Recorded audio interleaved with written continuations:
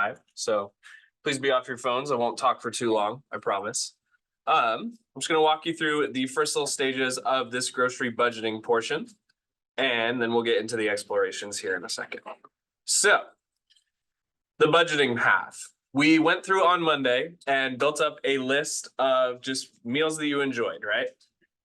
No judgment. These don't have to be particularly fancy. They don't have to be cooking a full course situation every night. Because again, I'm focusing mostly on dinners. That's the meals that I'm most concerned with.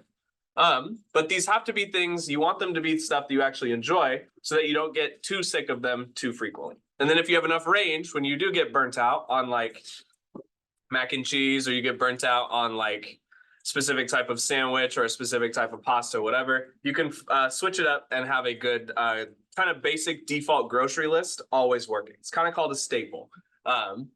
Anyway, what you're doing today is taking those 3 meals that you chose yesterday. Remember, we narrowed it down to 3 meals that you could create for the next 3 days.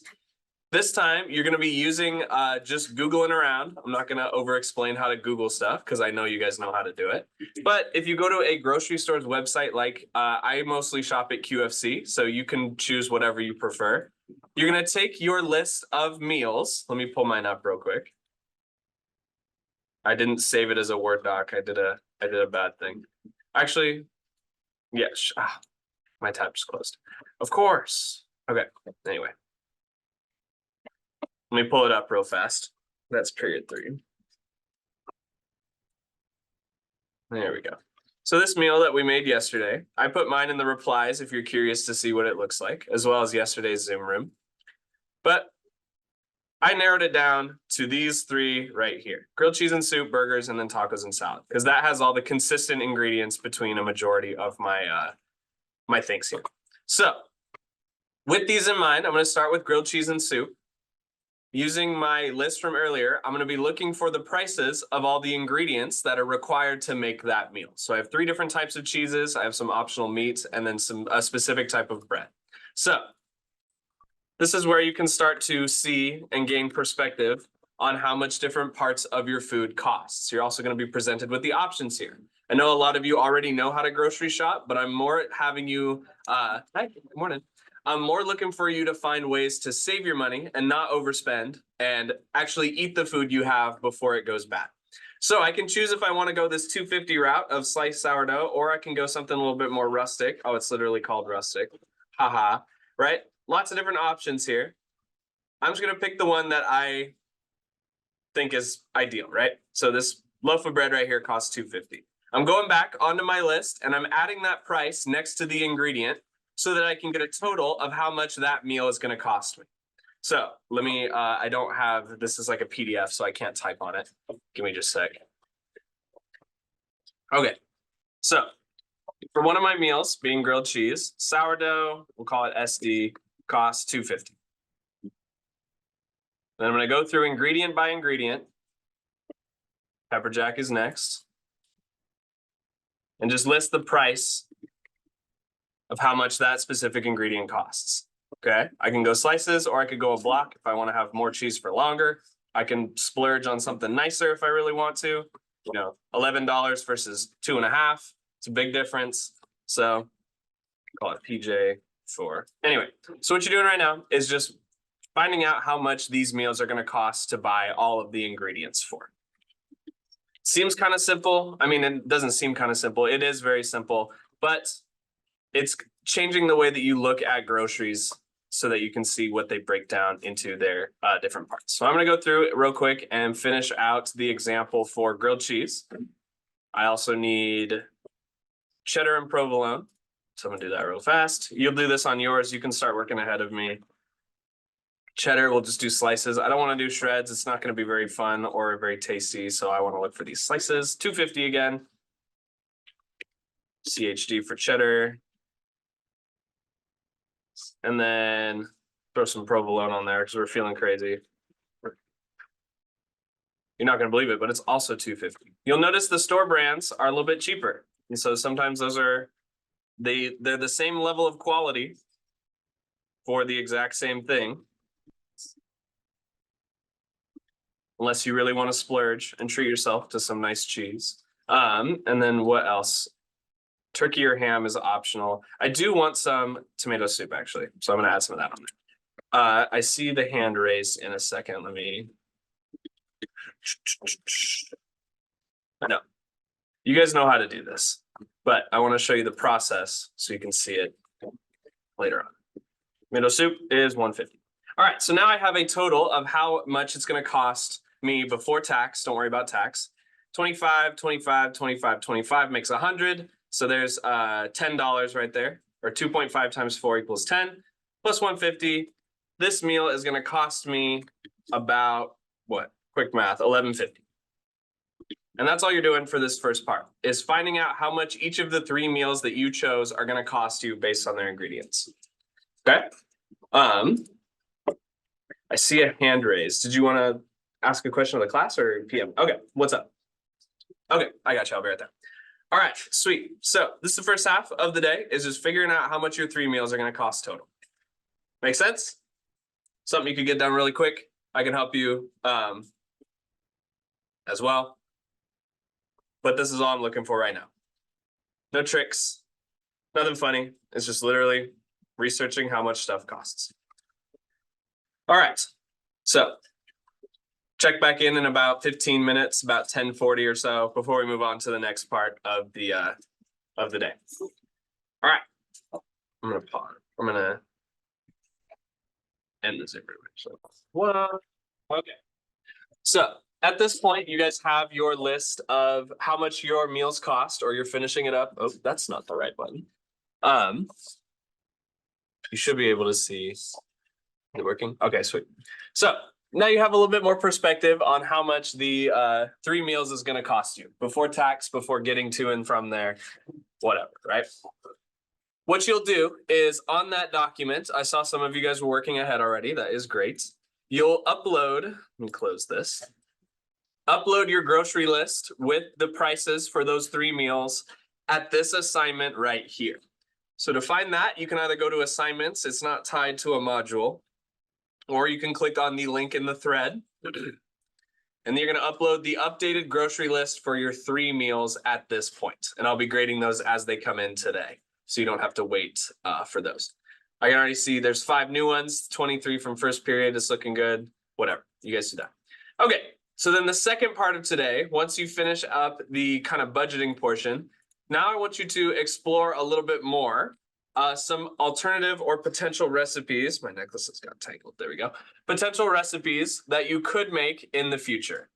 So I've listed a couple different links here that I want you to explore around a little bit.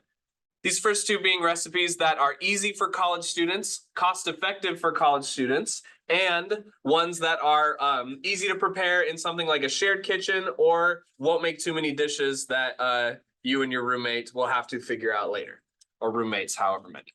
So these first 2 links are focused on definitely more beginner-oriented recipes, ones that you can start making just for lunches to kind of trial run them, so you're a little bit more prepared if college is the direction you decide to go. It does say college recipes, but I still cook like I'm in college because that's where I had the most like experience, or I did most of my like learning. So there's nothing wrong with cooking these outside of college. They're designed to be easy, quick, low dishes. Those are all good things in this working world that we occupy.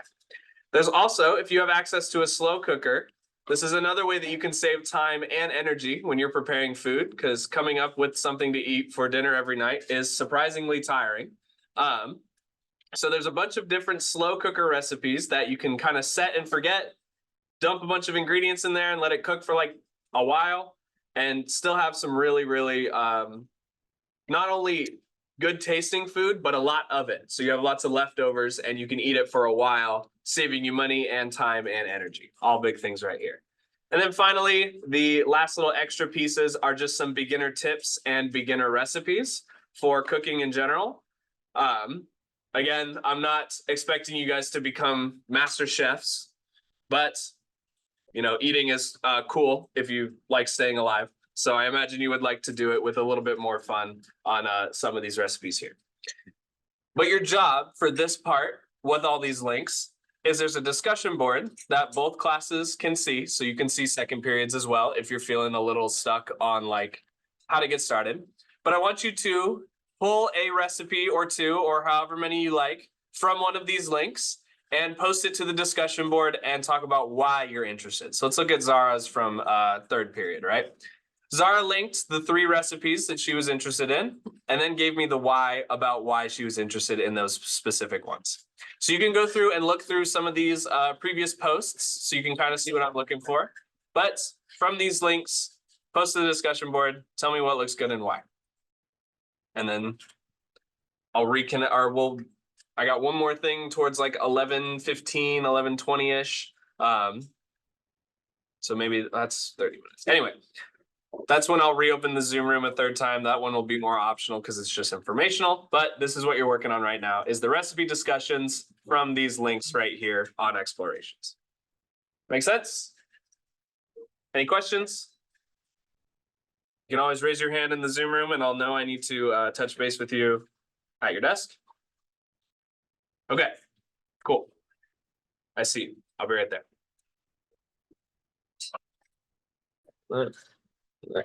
Okay, cool. All right, so we've done our grocery lists, we've done our recipe discussions, and then the last thing on the, let me put these away real quick. That's not what I want to do. There we go. If you took notes, where my screen is frozen. If you took, man, there we go. So like I was saying, if you took notes during the sub days, the Path Will Connect video day, when you guys had the sub last week, and you took notes, these were optional, so you won't lose points if you didn't. But if you did, you can upload those here from, it's called Sub Notes 3/14. We got that there. So that's an opportunity for you to get a couple extra points there. But there's one other thing I want to talk about real quick. I recently learned about something called the KCLS, the King County Library System Teen Queer Book Club. So if this is something that you are interested in, they meet the first Wednesday of every month. The next one would be April 3rd. So in 2 weeks from now, 2 Wednesdays. It's hybrid, so you can attend in person at the Sammamish Library right here, or you can register via this QR code on Zoom. Snacks will be provided 6 to 7 p.m. First meeting is April 3rd. It's at the Sammamish Library meeting room and also on Zoom. So if this is something that you're interested in, connecting with some of your peers, talking about things that you are valuing as a group, building relationships, this is a great place to do it, while enjoying some nice literature. Okay, so there's a link to this flyer right here in the replies if you're interested in that. And then just a couple more details on that's beginning. Those are the last 2 things I have to show for you today. We'll spend the next 25 minutes making sure everybody's good on their grocery lists, which you will upload with the meals and their price breakdowns, as well as replying to the recipe discussions. Those are the 2 things you need to do today, as well as if you took notes on the sub video, you can upload those here. Those are your 3 big things that you need to focus on for today. So the rest of this time I'll be helping you all out after I finish processing this Zoom room. And then that will be our Wednesday. Thank you guys for being good. Thank you for trusting this process. I know it seems a little juvenile. I know it seems kind of dumb, but just trust me. Okay, I would not lead you astray. I know your time is valuable. All right, anyways, that's my speech. Thanks for listening.